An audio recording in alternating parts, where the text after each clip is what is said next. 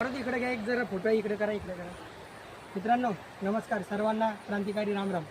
इथे बघा एक फोटोसारखं काहीतरी दिसत आहे. इथे झूम करा जरा, इथे झूम करा. 100% ते आपल्या हिंदू धर्माचाच एखाद्या दैवतेचा फोटो असणार आहे. ज्या फोटोला पाण्यामध्ये कशाचा आहे? गणपती आहे. गणपतीचा. इकडे दाखव, इकडे पुढे बघा मित्रांनो, हे खालचं पाणी बघा. आपल्या हिंदू धर्मातील देवतांचा आपण राखलेला हा मान आहे.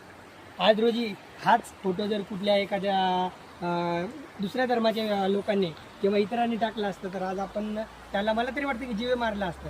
परंतु आज हे कृत्य जे आहे आपण स्वतः केलेलं कृत्य आहे, बरोबर.